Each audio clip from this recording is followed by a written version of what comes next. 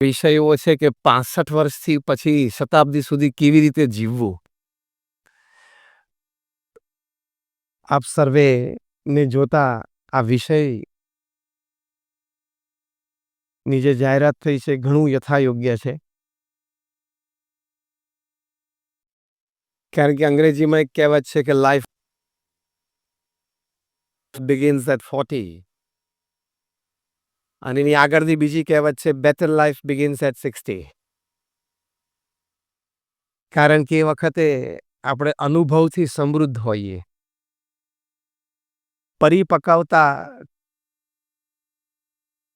કમાઈને લીધી હોય, વિચારોની વિશાળતા અને ઊંડાણો એ આપણા વાંચન પરથી, જનસંપર્ક પરથી, વેપાર ધંધા પરથી આપણને પ્રાપ્ત થઈ હોય. જીવનમાં સારા નરસા ઘણા બધા અનુભવો થઈ ગયા હોય, ચોઇસીસ અને સિલેક્શનમાં આપણે માહેર થઈ ગયા હોઈએ, લાંબા સમયના મિત્રો કોણ છે અને ટૂંકા સમયના અને સ્વાર્થી કોણ છે એની સારી ઓળખ થઈ ગઈ હોય.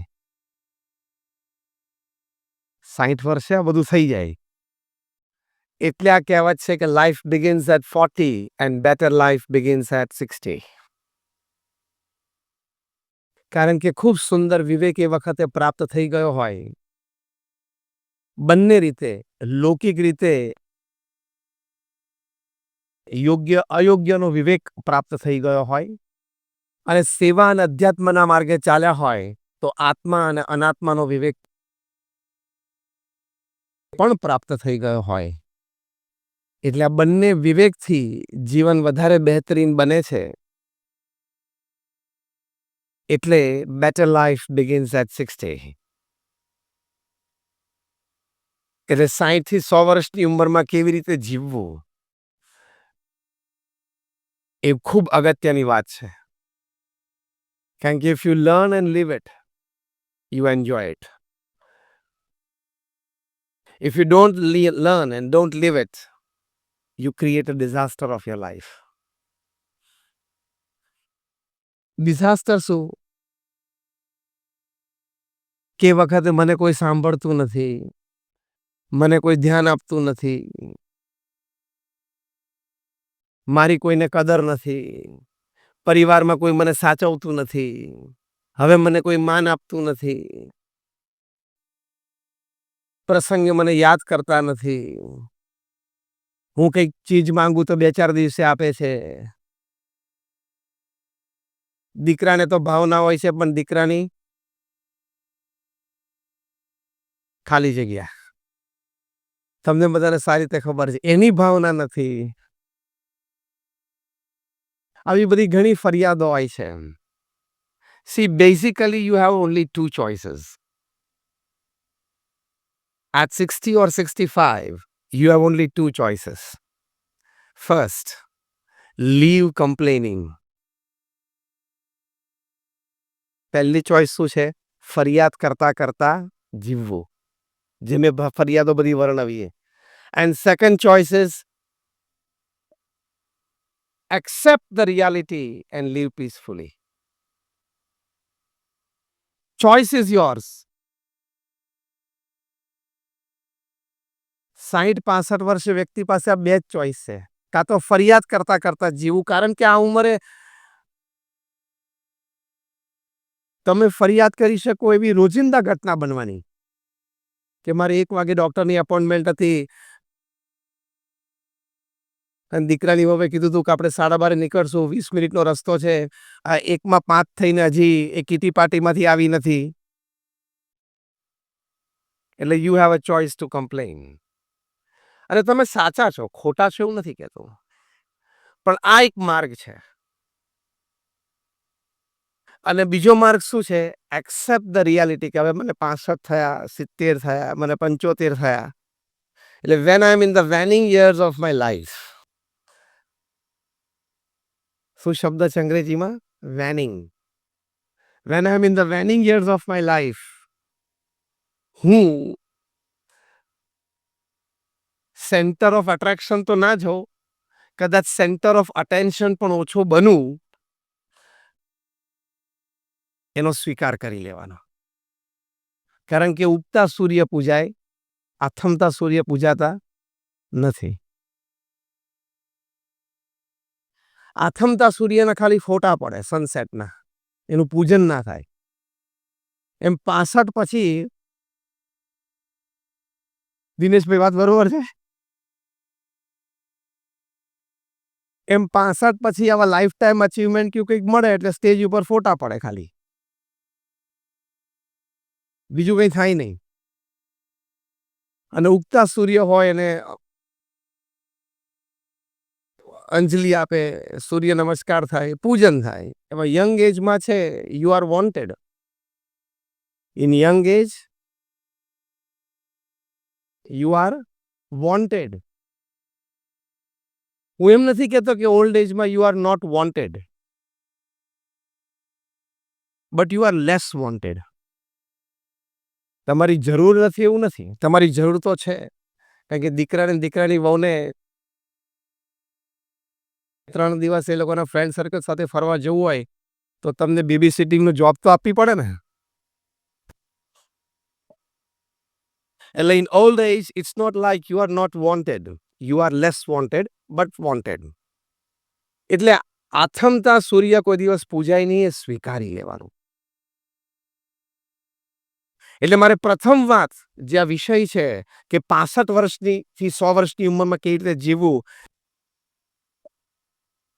એમાં પ્રથમ શબ્દ છે સ્વીકાર. એક્સેપ્ટ કે યુ આર 65. જે કહેવત છે ને અંગ્રેજીમાં કે age is just a number, એ મોટિવેશન માટે છે, કાર્યરત રહેવા માટે છે. 65 વર્ષે પણ એક સારી પ્રવૃત્તિમાં જોડાવા માટે છે. એટલે વાત ખોટી નથી, પણ સામે આ પણ એક વાસ્તવિકતા છે. સ્વીકાર કરી લેવાનો કે મારી ઉંમર 65 વર્ષની થઈ, હવે ફેમિલી બિઝનેસની દોર દીકરાના હાથમાં આવી ગઈ છે. કારણ કે હું ડે ટુ ડે ઓપરેશન્સમાં રોજ સવારે 9 થી સાંજે 6 નથી જઈ શકતો. 65 વર્ષે 70 વર્ષે સવારે 9 થી સાંજે 6 ન અનુકૂળતા આવે. એ પુરુષે સ્વીકારી લેવાનું. અને ઘરમાં સ્ત્રી હોય એને 65 વર્ષની ઉંમર થાય ત્યારે સ્વીકારી લેવાનું કે હવે દીકરાની વહુ છે એ ઘરનો વ્યવહાર બધો સંભાળશે. તમને 8 વાગે ચા મળે એટલે ધન ભાગ ધન ઘડી. પછી પરચેસ ક્યાંથી થાય છે, શાકભાજી ક્યાંથી આવે છે, કરિયાણું ક્યાંથી આવે છે, એમાં માથાકૂટ કરી તો ચા 8 વાગે નહીં મળે. હું બહુ પ્રેક્ટિકલ અને રિયાલિટી બોલું છું. અને જે હસીને તાલીઓ પાડે છે એ અનુભવમાંથી કંઈક થોડાક પસાર થયા હશે. એટલે સ્વીકાર કરી લેવાનો કે હા, મારી ઉંમર 60-65 વર્ષની છે, હવે હું વડીલ છું અથવા વૃદ્ધ છું. If you identify your role according to your age in your family, you can live with dignity. તમારા પરિવારમાં અને તમારા સમાજમાં તમારી ઉંમર પ્રમાણે તમે તમારો રોલ આઈડેન્ટિફાય કરી શકો તો તમે ગૌરવપૂર્ણ જીવન 65 પછી પણ જીવી શકો છો. With full respect. તમને તમારી મર્યાદા હવે ખબર પડી જોઈએ કે હવે 65 વર્ષે મારી ફિઝિકલ મર્યાદાઓ થોડી ઓછી છે. સમજીએ 30, 35, 40 વર્ષની વ્યક્તિ છે તો એનર્જી ના જ હોય ને શરીરમાં. પછી નવી પેઢીની વિચારધારાઓ નવી છે. કારણ કે તમે અહીંયા જે અત્યારે બેઠા છો એ બધાએ ફેમિલી બિઝનેસ નાનો મોટો ડેવલપ કર્યો. તમારા સંતાનો લંડન અમેરિકા જઈને ભણીને આવ્યા. એટલે હવે London school of economics LSE graduate થઈને આવ્યા હોય એટલે પહેલા જ દિવસે બિઝનેસ ઉપર આવીને કહેશે કે daddy this procedure is wrong. એટલે હવે જનરેશન ગેપ અને ક્લેશ અને ફ્રિક્શન ચાલુ. 2 મહિના થશે એટલે કહે છે પપ્પા આ માણસની જરૂર જ નથી. આ માણસ અને આ માણસ બરોબર છે. આ જે સર્કિટ છે ને એમાં આ માણસની જરૂર જ નથી. એ તમે કહેશો બેટા આ તો મારી સાથે ધંધો શરૂ થયો ને ત્યારથી 30 વર્ષથી છે. એટલે આ તો પ્રોફેશનલ ટ્રેનિંગ છે છોકરાઓની કે ડેડી ઓકે 30 વર્ષથી છે ફાઇન. આપણે એમને કંઈક સારી ગિફ્ટ આપીને હવે રવાના કરીએ એની જરૂર નથી આપણે. કારણ કે મને LSCમાં શીખવાડ્યું છે મિનિમમ ગવર્મેન્ટ મેક્સિમમ ગવર્નન્સ. એટલે એ ત્યાં ક્લેશ થશે. એ વખતે તમારે બ્લેન્ડિંગથી ચાલતા શીખવી જવું પડશે. બ્લેન્ડિંગથી ચાલતા શીખવું પડશે. નહીં શીખો તો એક દિવસ બોલશે કે ડેડી ડિસાઇડ. તમારે નક્કી કરવાનું છે કે મારે નક્કી કરવાનું છે. We have to be very clear. એ નોબત આવે એ પહેલા તમે સ્વીકારી લો. એટલે ટૂંકમાં એડવાઇઝરી રોલમાં આવી જવું. Advisory role. અને એડવાઇઝરી રોલમાં પણ 5 પાંડવો હતા એમાં સહદેવ હતા. પૂછે તો જ બોલવું. પૂછે તો બોલવું. આ બધી સ્વીકાર. Acceptance of your age. Acceptance of the role at that age is important. એટલે સ્વીકાર કરી લેવાનો. બીજી અગત્યની વાત છે સ્વીકાર પછી તમારા સ્વાસ્થ્ય સંબંધી. કે જ્યારે 60-65 વર્ષની ઉંમર હોય ત્યારે તમારું સ્વાસ્થ્ય છે એ તમારી માટે ટોપ પ્રાયોરિટી છે. યસ ઓર નો? હા, તમારી કેર કરનારા ઘરે છે. તમારી પાસે આર્થિક વ્યવસ્થા છે એટલે હોસ્પિટલાઇઝેશન થાય તો પણ તમારી કેર થઈ શકે છે. પણ at the end of the day when you lose your health you are a loser. એટલે સ્વાસ્થ્ય તો કાયમ જીવન પર ધ્યાન રાખવાનું છે પણ 65 વર્ષની ઉંમરે જે વાત કરી છે એ વખતે સ્વાસ્થ્યનું ખૂબ ધ્યાન રાખવું. કારણ કે સ્વાસ્થ્ય જશે એટલે લોનલીનેસ આવશે. તમે ઓછા લોકોને મળી શકશો. લોકો તમને ઓછા મળવા આવી શકશે. વધારે ઘરમાં રહેવું પડશે. પ્રસંગે સોશિયલાઇઝ નહીં થઈ શકો. મંદિરોમાં કે દેરાસરોમાં પણ નહીં જઈ શકો. અને પછી ઘરે એકલાપણું આવશે. એમાંથી સ્ટ્રેસ અને ડિપ્રેશન આવશે. અને એમાંથી તમારી હેલ્થ પાછી વધારે બગડશે. એટલે સવારે કે સાંજે આપણા સમયે સારો આરામ લઈને થોડું વોકિંગ કરવું, યોગાસન કરવા, થોડી બીજી ફ્લેક્સિબિલિટી એક્સરસાઇઝીસ કરવી. અને એટલે ઘરમાં નાની-નાની બાબતો પર ધ્યાન આપવાની જરૂર નહીં. કે મારા ગ્રેન્ડસન અને ગ્રેન્ડડોટર આ સ્કૂલ બસમાં જતા હતા. હવે મારા દીકરાની વહુએ સ્કૂલ બસ બંધ કરીને કેમ આ પ્રાઇવેટ કાર વેન ચાલુ કરી? કરી. કેવું લાગે? મને પૂછ્યું નહીં. સવારે બ્રેકફાસ્ટમાં બ્રેડ હતી, બપોરે ભીંડાનું શાક હતું અને સાંજે બટેટાનું શાક હતું. મને પૂછ્યું નહીં. તો પૂછ્યું હોત તો ભીંડાના બદલે રીંગણ કરવાના હતા.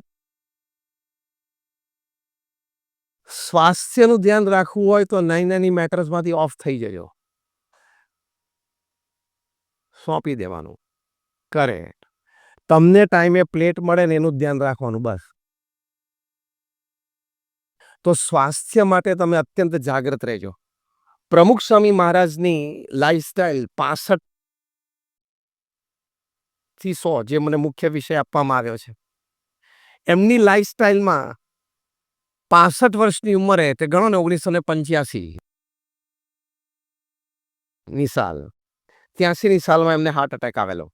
એટલે એટ ધ એજ ઓફ 63. ત્યારથી 92 વર્ષની ઉંમર સુધી રોજ સવારે 6:40 વાગે વોકિંગમાં આવ્યા. 6:40 to 7:10 અડધો કલાક વોકિંગ કરવાનું. એટલે 65 વર્ષની ઉંમરથી 92 વર્ષની ઉંમર સુધી પ્રમુખ સ્વામી મહારાજ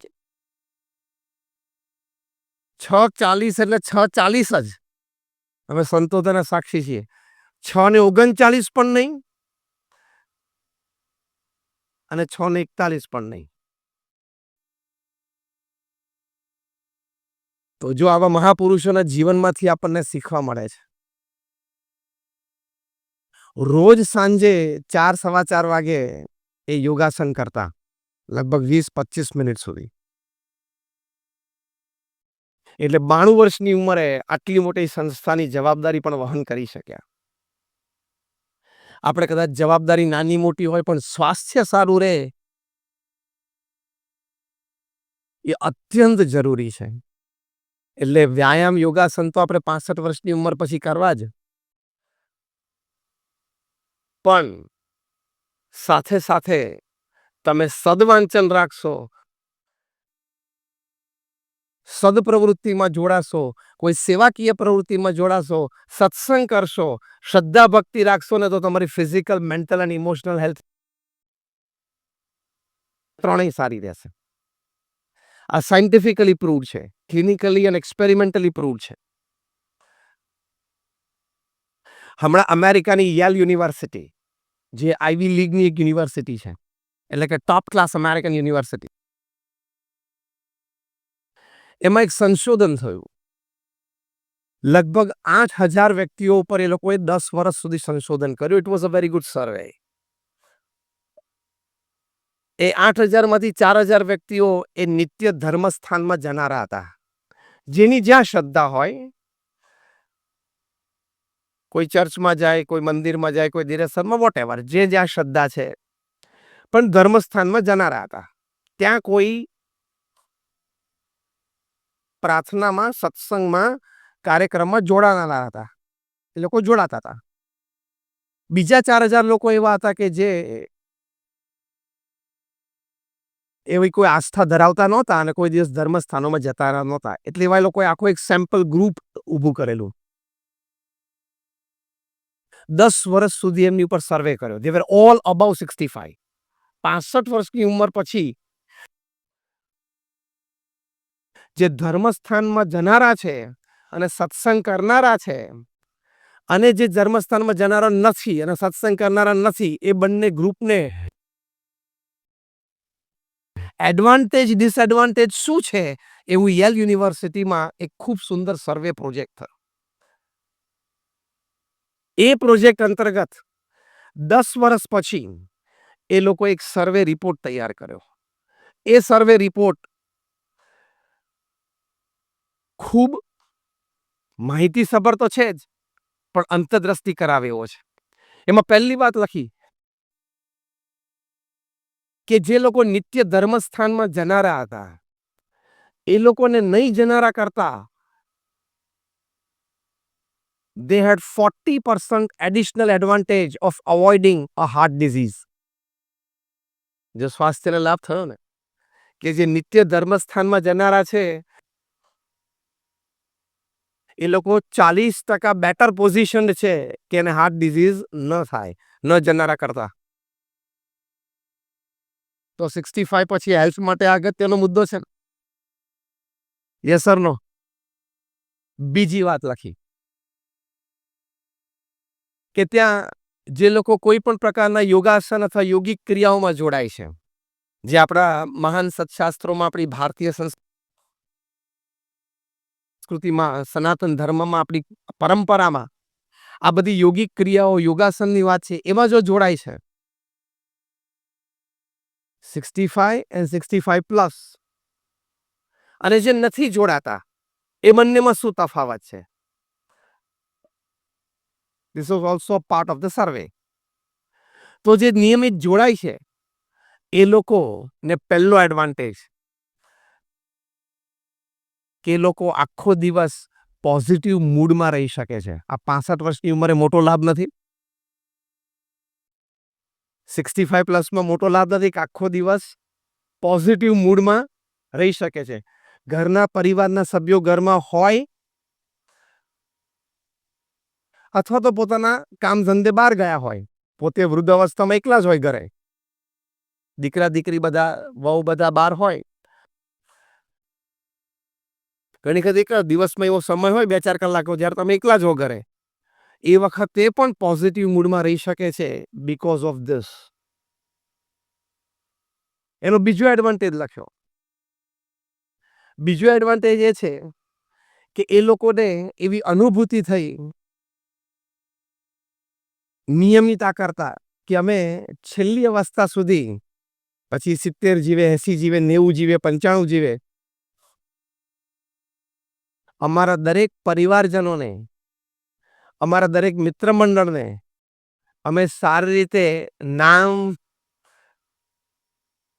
ચહેરાથી અને એના બેકગ્રાઉન્ડ સાથે અમે એની ઓળખ રાખી શક્યા. તો આ પણ તમારા 65 વર્ષની ઉંમર પછીના જીવન માટે ખૂબ અગત્યનું છે ને. કારણ કે તમે 70 વર્ષની ઉંમરે ઘરે હો ને ઘરે તમારા મહેમાન આવે, કોણ? પતી ગયું, બીજી વાર ના આવે. તો this is an added advantage when it comes to social relationships. તો આ પણ આ લોકોને લાભ થયો એવી ત્યાં યુનિવર્સિટીના રિસર્ચમાં એ લોકોને ખ્યાલ આવ્યો. ત્રીજી વાત એમને લખી કે જે નિત્ય ધર્મસ્થાનમાં જનારા છે અને આવી રીતે સ્વાસ્થ્ય સંબંધી યોગાસન ઇત્યાદિ ક્રિયાઓમાં જોડાય છે, એ લોકોને 60-65 વર્ષની ઉંમરે બીજો શું લાભ થયો? તો એ લોકો દરેક જનરેશનની વ્યક્તિ સાથે સહિષ્ણુતા અને પ્રેમથી વર્તી શક્યા. આ કેટલો મોટો લાભ છે at the age of 65? Yes or no? 65 and 65 plus તમે દરેક જનરેશન સાથે, એટલે તમારો 10 year old ગ્રેન્ડ ચાઇલ્ડ હોય, તમારા 35-40 વર્ષની ઉંમરનો તમારો દીકરો હોય અને તમે 65-70 વર્ષના છો, તે બધી જનરેશન સાથે તમે સહિષ્ણુતા અને પ્રેમથી વર્તી શકો, તો એ તમારા સારા જીવન માટે, એટલે 65 ઓનવર્ડ્સ માટે કેટલા લાભદાયી છે. Am I right or wrong? તો આ સ્વાસ્થ્ય સંબંધી, એટલે કે physical health, mental health and emotional health, એ આ સારી રીતે જળવાઈ શકે છે. પ્રમુખ સ્વામી મહારાજના જીવનમાં મેં જોયું છે. આજે અમારા ગુરુહરિ મહંત સ્વામી મહારાજના જીવનમાં મેં જોયું છે. મહંત સ્વામી મહારાજ ઇઝ 89. ગઈકાલે જ અમે બરોડાથી અહીંયા આવ્યા. અત્યારે મહંત સ્વામી મહારાજ ત્યાં બરોડામાં બિરાજમાન છે. એમને અમે કહીને આવ્યા કે અનંત આશ્રમ ફાઉન્ડેશનનો એક કાર્યક્રમ છે અને એમાં અમે જઈએ છીએ. એટલે મહંત સ્વામી મહારાજે ખાસ આ બધા માટે ખૂબ સુંદર આશીર્વાદ મોકલ્યા છે કે અમારે આવાથી ખાસ બધાને જય સ્વામિનારાયણ કહેજો. એટલે એમના વતી ખાસ તમને બધાને જય સ્વામિનારાયણ કહું છું. તો એમની ઉંમર 89 છે, પણ તમે અમારી વેબસાઇટ baps.org ઉપર જોજો, એમનું ડેઇલી અપડેટ હોય છે, ફોટોગ્રાફ્સ, વિડીયોઝ. એમની આંખો અને ચહેરા ઉપર જે ગ્લો છે ને, nobody has at 89. Second thing, જેમની એક્ટિવ જે facial expressions, body language expressions જેટલા એક્ટિવ છે ને, એ કદાચ at the age of 89 it is not possible. કારણ કે સ્વાસ્થ્યમાં એ પોતે પહેલેથી ખૂબ જાગ્રત હતા. બહુ જ સંયમી જીવન એ જીવે છે. ત્રીજી વાત આ છે કે સંયમી જીવન જીવવાનું.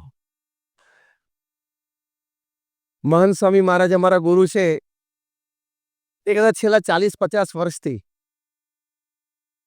કદાચ મીઠું અને ખાંડ શું છે એમને ખબર જ નથી,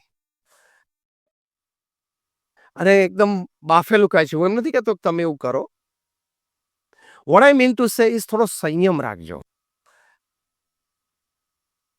કારણ કે આ ઉંમરે at the age of 65 plus તમારી હેલ્થ બગડે એનું મુખ્ય કારણ તમારી જીભ છે. અરે વ્યવહાર બગડે એનું કારણ પણ જીભ જ છે. હા, સ્વાસ્થ્ય બગડે એનું કારણ જીભ